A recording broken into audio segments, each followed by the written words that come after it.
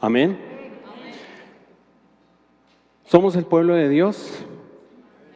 A ver. ¿Somos el pueblo de Dios? Muy bien. Somos el pueblo de Dios y por supuesto pertenecemos a una nación. Nuestra nación, Colombia. Y estamos en medio de una situación que todos conocemos, con mucha expectativa, con declaraciones y palabras grandes, gigantes, como esta de la paz. Hace 2 semanas estuve en Medellín, en un seminario sobre predicación transformadora. Esto se celebra cada año en el seminario de Medellín y nos da la oportunidad a todas las escuelitas de predicación actualizarnos en algunos temas y algunos que inician escuelitas entender un poco en qué consiste esto de escuelitas de exposición de la palabra. Y como sé que es ya final de mes y de misiones, yo me dejé guiar por el Señor y salir inspirado de una semana de trabajo en el libro de Oseas.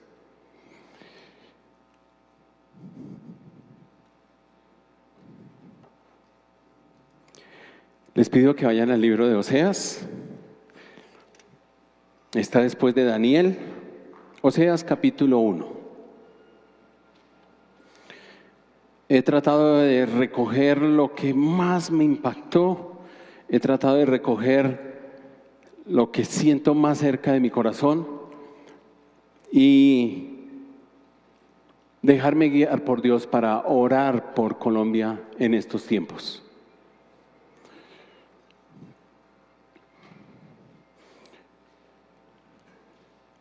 Le he pedido al Señor que como pueblo de Dios el día de hoy podamos escuchar, podamos ser sensibles a la voz de Él, así no nos guste lo que vamos a oír, así no esté de acuerdo, pero no voy a hablar yo, va a hablar el Señor.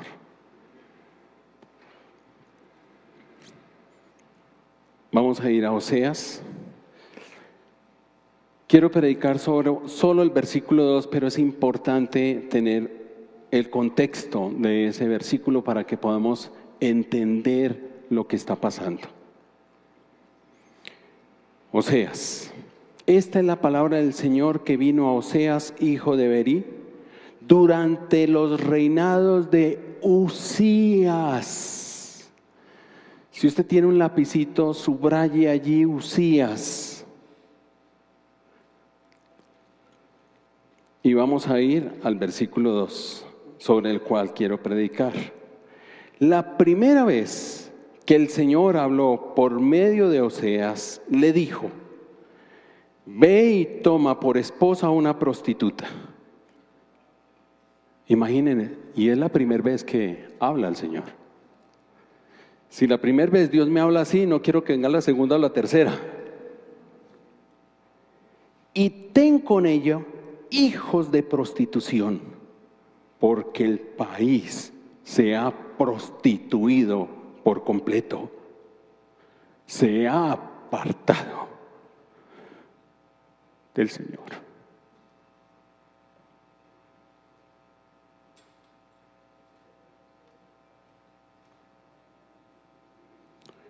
Oseas fue y tomó por esposa a Gomer, hija de Diblaim, la cual concibió y le dio a luz un hijo.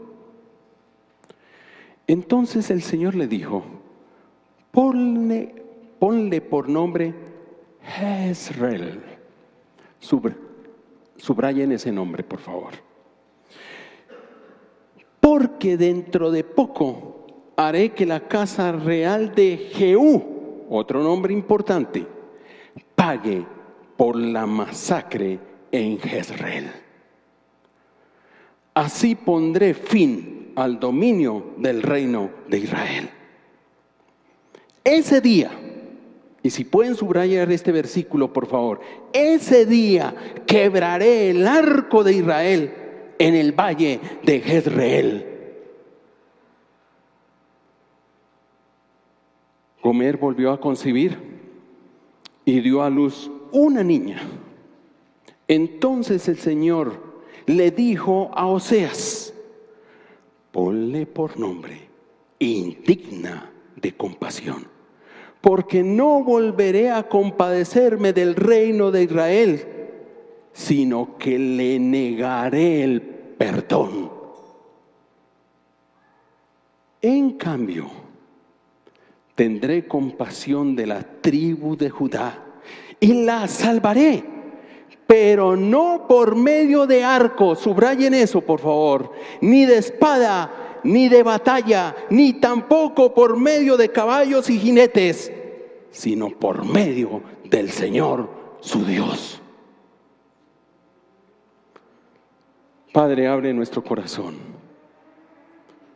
para entender la relevancia de este mensaje de Oseas para su pueblo, también para nuestra nación, Colombia, y para cada uno de nosotros aquí presentes.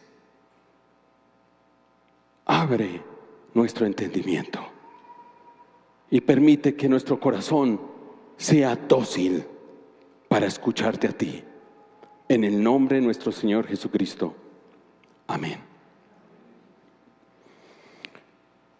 Hay una rancherita de Pepe Aguilar muy viejita. Yo no sé cuántos años tenía, pero yo la recuerdo. Más o menos dice así, abro comillas: no debes tener dos amores. Es muy complicado besar en dos bocas.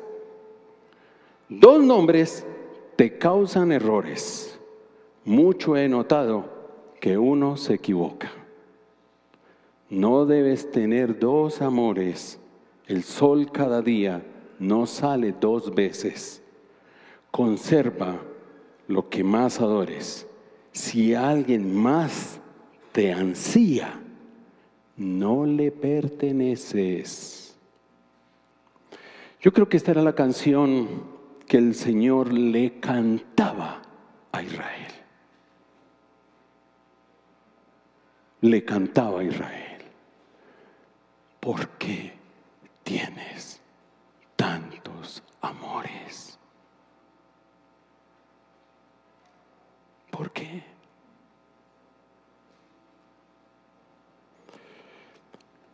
En esta tarde los invito a entender la razón por la que Dios le dice a Oseas: que tome por esposa a una prostituta y que tenga hijos de prostitución. Y que a la luz de esta razón evaluemos cómo está nuestra nación y cómo está nuestro corazón en relación con Dios.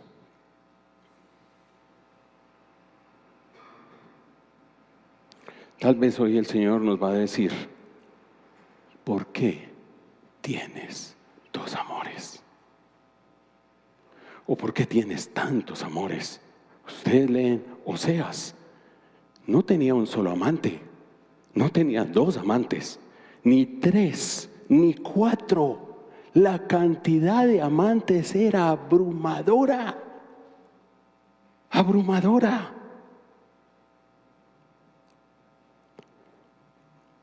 Este matrimonio, en aquella época, entre un profeta y una prostituta, era una noticia bomba.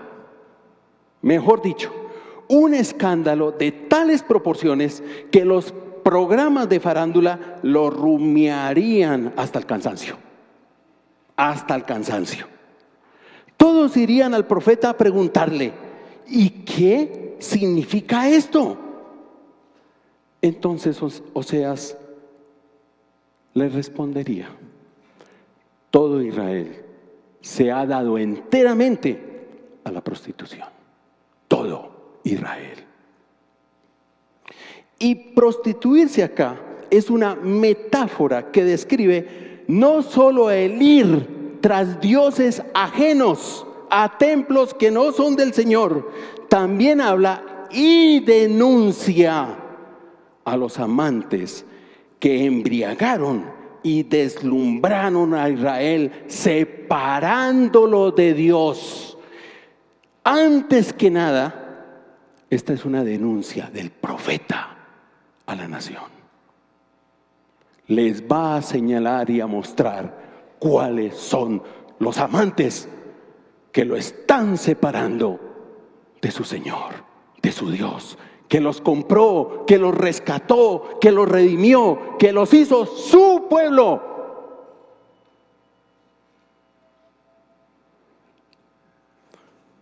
Veamos en el día de hoy solo dos de esos amantes. Y empecemos como el encabezado dice, durante los reinados de Uzías. Empecemos por Uzías. Mire lo que dice Segunda de Crónicas, capítulo 26, del 15 en adelante. Construyó en Jerusalén unas máquinas diseñadas por hombres ingeniosos y las colocó en las torres y en las esquinas de la ciudad para disparar flechas y piedras de gran tamaño. Con la poderosa ayuda de Dios, Uzías llegó a ser muy poderoso y su fama se extendió hasta muy lejos. Y el 16. Sin embargo, cuando aumentó su poder, Uzías se volvió arrogante, lo cual lo llevó a la desgracia. Se rebeló contra el Señor. En otra versión dice, pero cuando llegó a ser fuerte, su corazón se hizo tan orgulloso que obró corruptamente y fue infiel al Señor su Dios. ¿Sabe qué pasó con Uzías? Empezó a fundamentar su fuerza y su poder en las armas y en su ejército. Empezó a glorificar su ejército y sus armas. Se embriagó metafóricamente de estas cosas que se le olvidó que fue la poderosa ayuda de Dios la que dio las victorias contra los filisteos, los árabes y los meunitas. Y él fue el que se arrogó la victoria y se olvidó de su Dios. Se embriagó del poder de las armas. Por eso Oseas en el capítulo 10, versículo 13, hace esta denuncia contra los gobernantes de su tiempo. Confiaron en sus carros y en la multitud de sus guerras.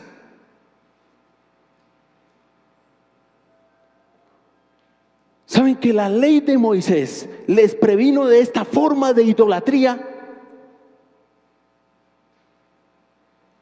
No hagan de las armas y de la guerra su Dios.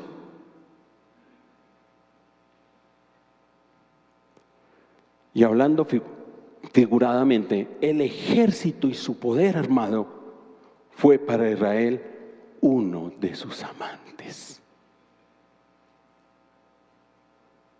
Uno de sus amantes.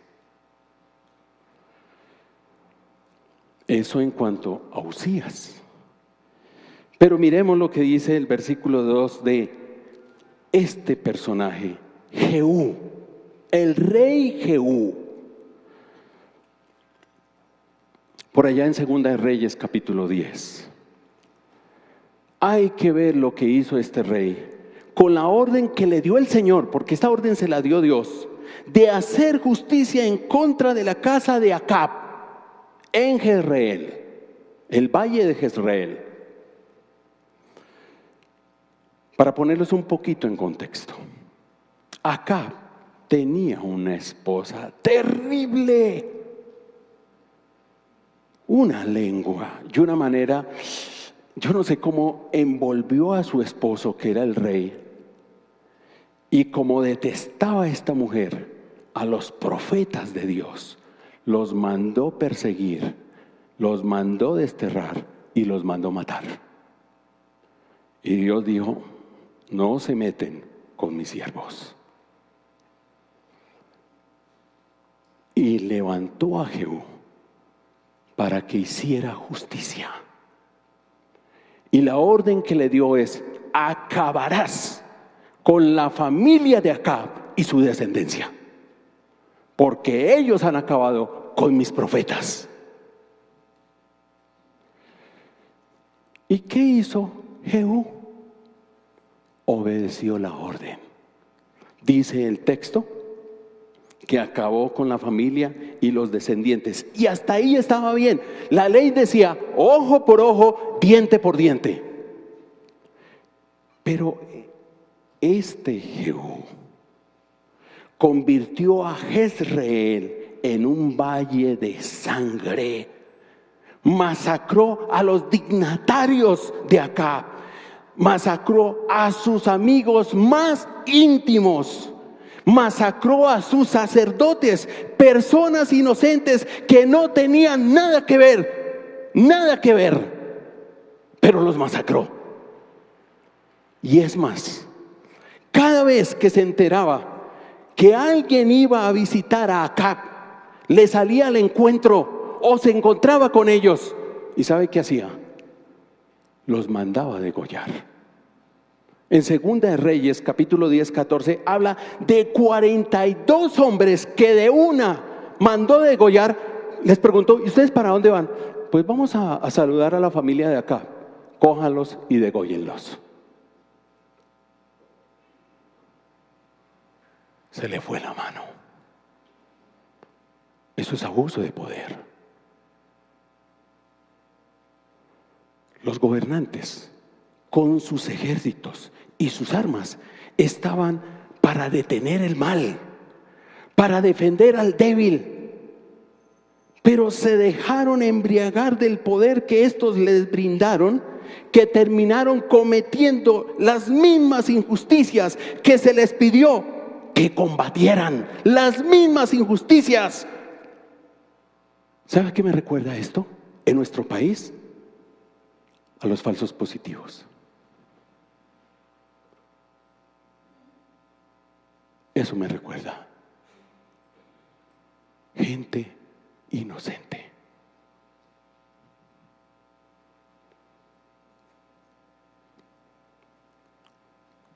Todos los profetas contemporáneos de Usías trajeron un mensaje de parte de Dios que cumpliría con un objetivo. Escuchen a Isaías, contemporáneo también de Usías. Usías reinó casi 52 años. Entonces vio a muchos profetas y los profetas le anunciaban lo mismo, le anunciaban lo mismo y le anunciaban lo mismo. ¿Qué le anunciaban? Miren este texto. Él juzgará entre las naciones y será árbitro de muchos pueblos, y sus lanzas en hoces no levantará espada nación contra nación, y nunca más se adiestrarán para la guerra. ¿Sabe qué les está diciendo el Señor? Que las armas se conviertan en instrumentos de trabajo y que las guerras ya no existan.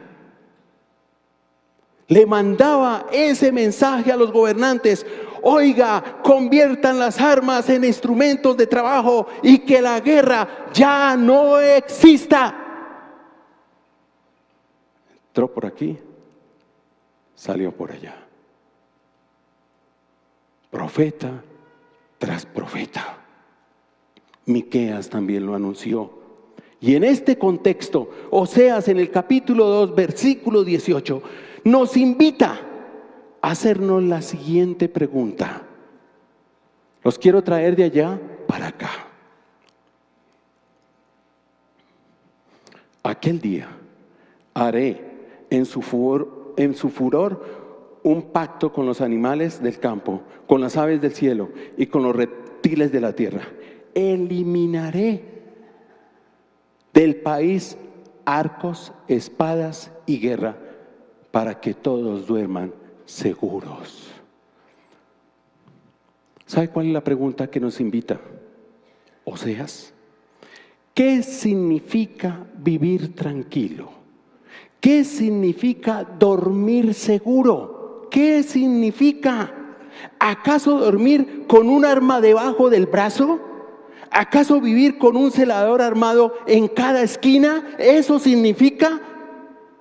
No. Para Dios no significa eso, más bien significa la destrucción de las armas para poder dormir tranquilos. Destruiré los arcos. ¿Quieren saber lo que significa para el Señor seguridad ciudadana? Miren el versículo 5 del capítulo 1, por favor. Ese día quebraré el arco de Israel. Y el 7, y a Judá la salvaré, pero no por medio del arco, ni de espada, ni de batallas, ni tampoco por medio de caballos y jinetes, sino por medio del Señor su Dios, por medio de su poder, no con armas.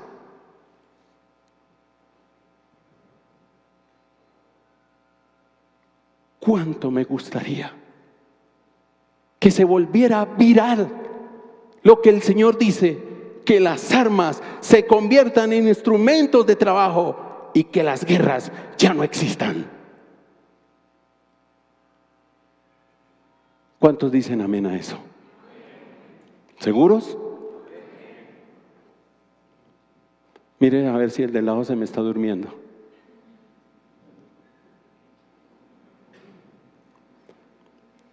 Pregunto, ¿cómo está nuestro amor por Dios en este sentido? ¿Realmente confiamos en Él? ¿En lo que Él dice? ¿Que las armas se conviertan en instrumentos de trabajo y que las guerras ya no existan? ¿Le creemos a Él? Ese es el objetivo de Él.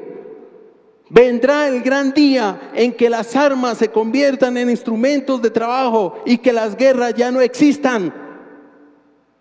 Si vamos para allá, ¿por qué no empezamos a construir ya? ¿O es que tenemos al ejército tan idealizado que pensamos que lo necesitamos más armado para poder vivir seguros?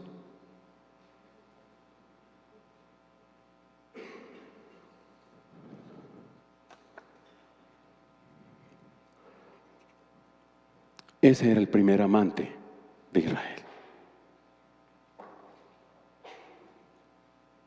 El segundo, Oseas también lo denuncia, y de este sí que se embriagó. Impresionante. Utilizo el término embriagar porque lo usa Oseas impresionantemente. En el capítulo 12, por favor, vayan al capítulo 12 de Oseas.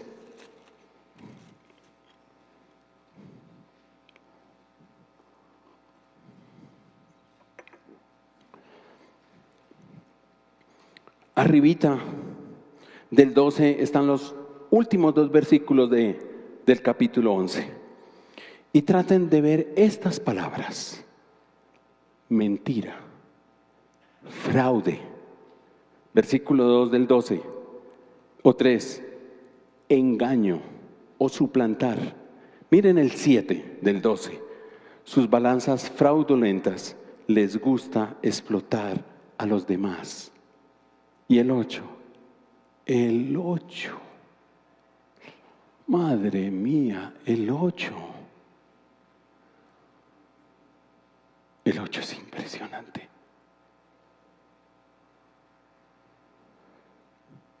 En el capítulo 12, en el versículo 2 y 3, el Señor trae a colación el nombre de Jacob.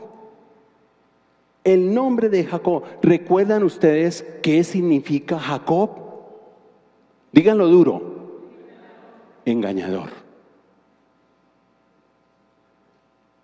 Y en sentido figurado, les está hablando del estado natural de Israel, diciéndoles que desde el seno de su madre ha sido engañador.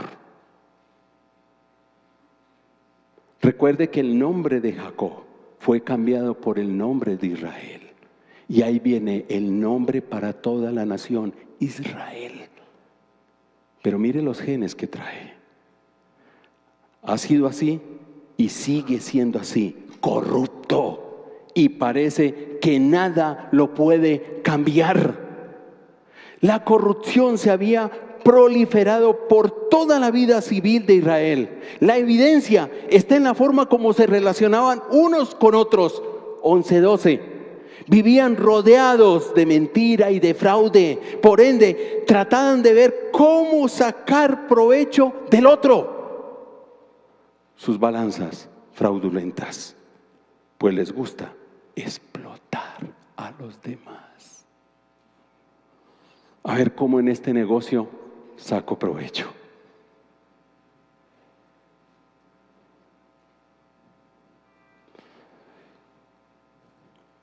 En esta cultura de la corrupción sobresalen los descarados que se jactan diciendo, miren el 8 por favor, cómo me he enriquecido, he amasado una gran fortuna, en todas mis ganancias no encontrarán que haya pecado en algo. ¿Sabe qué está diciendo? No encontrarán, no me van a descubrir.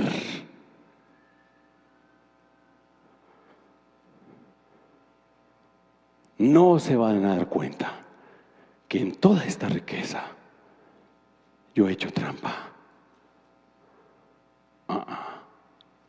Y lo dice con jactancia, dice el texto.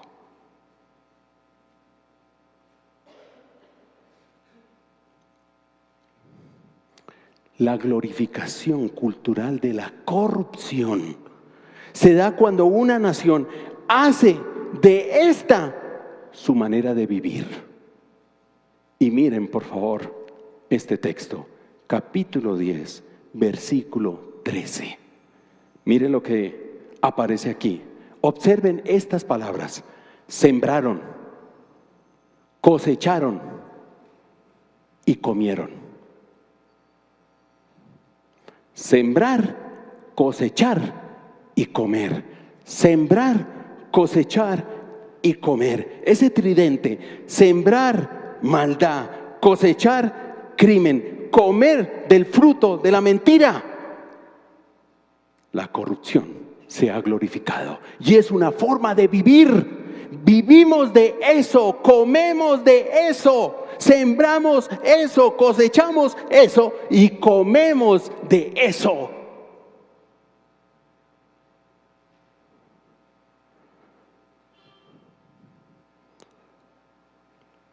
Estos fueron los amantes que apartaron a Israel del Señor. La glorificación de las armas y la glorificación de la corrupción. ¿Y cómo estamos nosotros como colombianos?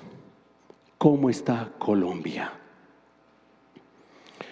¿Acaso Colombia no ha glorificado las armas para resolver sus problemas de desigualdad y defender sus derechos?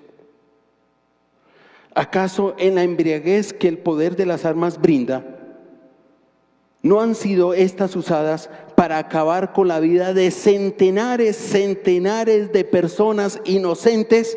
Pregunto, ¿cuántos valles de Jezreel no tenemos en nuestra nación? ¿Cuántos? Estamos llenos de valles, llenos de sangre. Llenos de sangre y de sangre inocente. Por todos estos años, la cantidad de masacres. ¿Acaso en Colombia no reina la glorificación de la corrupción? ¿Acaso Colombia no ha hecho de la corrupción su forma de vida?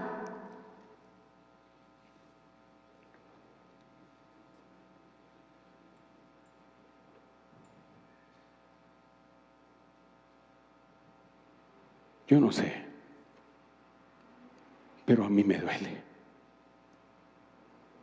Yo no sé a ustedes, pero a mí me duele ver a mi nación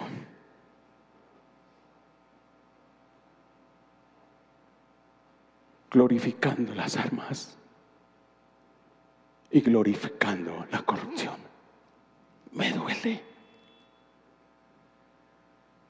Para mí es claro que el Señor también dice: Colombia se ha prostituido.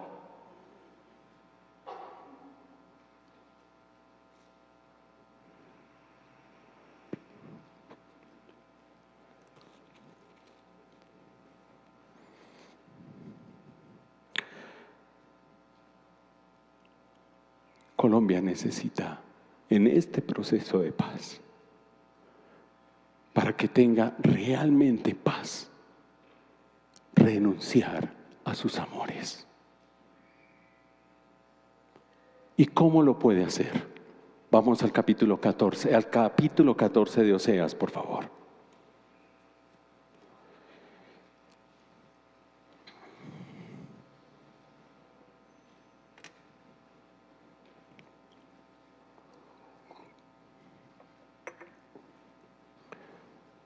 Mire la invitación del Señor a esta nación.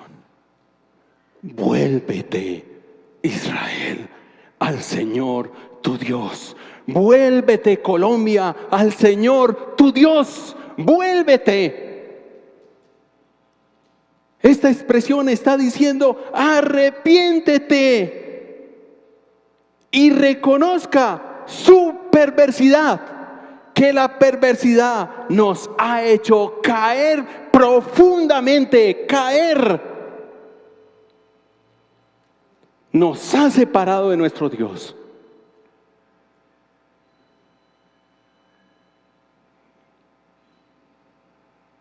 Es lo primero que le pide: vuélvete a Dios, Colombia, vuélvete. Pero miremos el siguiente versículo. Piensa bien lo que le dirás al Señor. Por favor, iglesia, en este instante que podemos venir delante del Señor, escuche lo que el Señor nos dice. Piensa bien lo que vas a decir en este instante. Piénsalo. Piénsalo. Ojo con lo que digas delante de Dios con sus labios. Mucho cuidado. Si vas a decir algo con tus labios, si vas a abrir sus labios, que sean en primer lugar para pedir: perdónanos nuestra perversidad. No para pedir carro, casa y beca. Abramos nuestros labios para pedirle perdón por nuestra perversidad. Y recíbenos con benevolencia, pues queremos ofrecerte el fruto de nuestros labios. ¿Y cuál sería ese fruto que nuestros labios necesitan pronunciar o decir?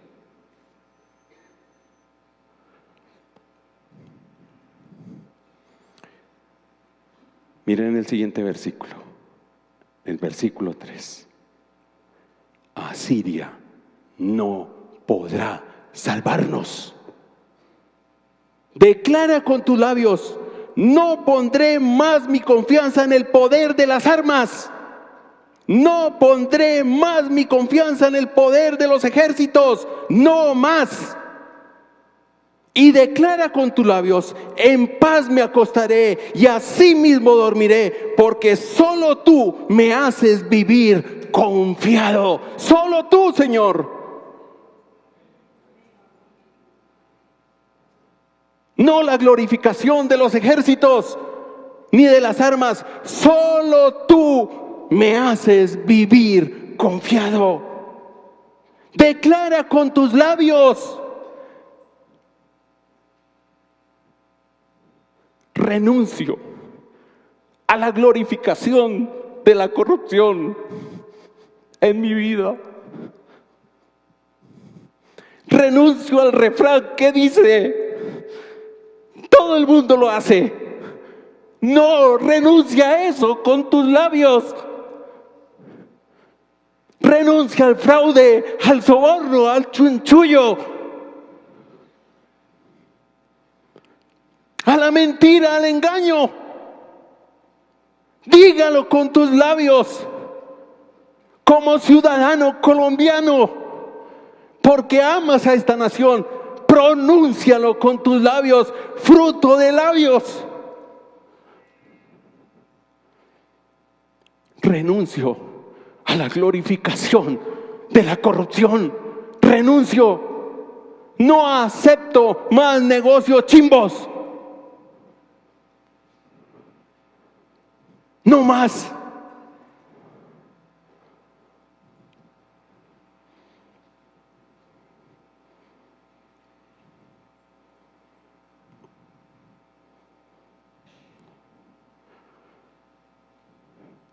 Y si quieres, puedes declarar con tus labios: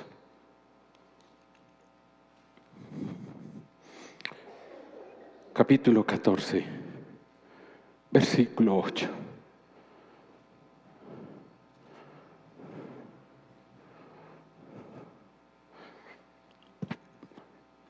Miren este texto. Las imágenes, hasta ahí. Quiten eso de imágenes hacia arriba. Solo quédense con: yo soy quien te responde y cuida de ti. Les pido que se pongan de pie. El que quiera declarar con sus labios. Ojo lo que vamos a decir delante de Dios. Ojo, cuidado con lo que van a pronunciar nuestros labios. Pero yo quiero invitarlos, iglesia, como ciudadanos colombianos, que podamos declarar con nuestros labios: soy yo quien te responde y cuida de ti. ¿Están conmigo? Voy a repetirlo, escúchenlo. Soy yo quien te responde y cuida de ti. 1, todos conmigo. 1, 2, 3, con fuerza. Soy yo quien te responde y cuida de ti. Una vez más. Soy yo quien te responde y cuida de ti. Ahí en oración, por favor. Ten cuidado con lo que le vas a decir al Señor en este instante, pero ahí en silencio.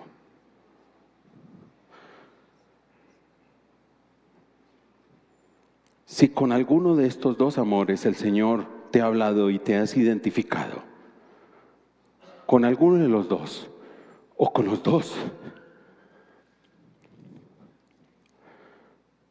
primero pídale perdón al Señor.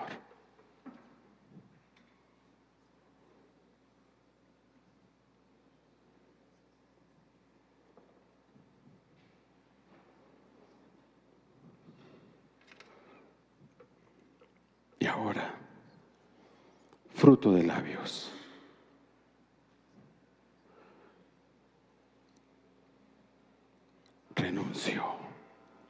Renuncio a la glorificación de las armas. Renuncio a la glorificación de la corrupción. No quiero más estos amores en mi vida. Tú eres suficiente para mí. Porque tú eres el que me respondes y cuidas de mí.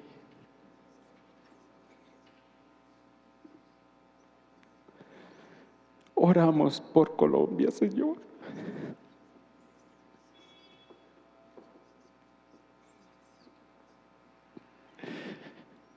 Te pedimos que perdones la perversidad de nuestra nación.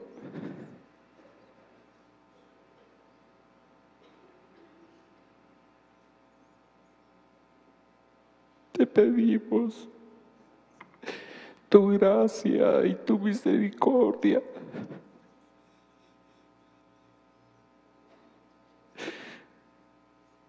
Renunciamos a esos amores. Permite que Colombia renuncie a esos amores y acepten por medio del Evangelio, que es poder de Dios para salvación, la gracia de nuestro Señor Jesucristo, para que experimente la verdadera paz. En el nombre de nuestro Señor Jesucristo. Amén.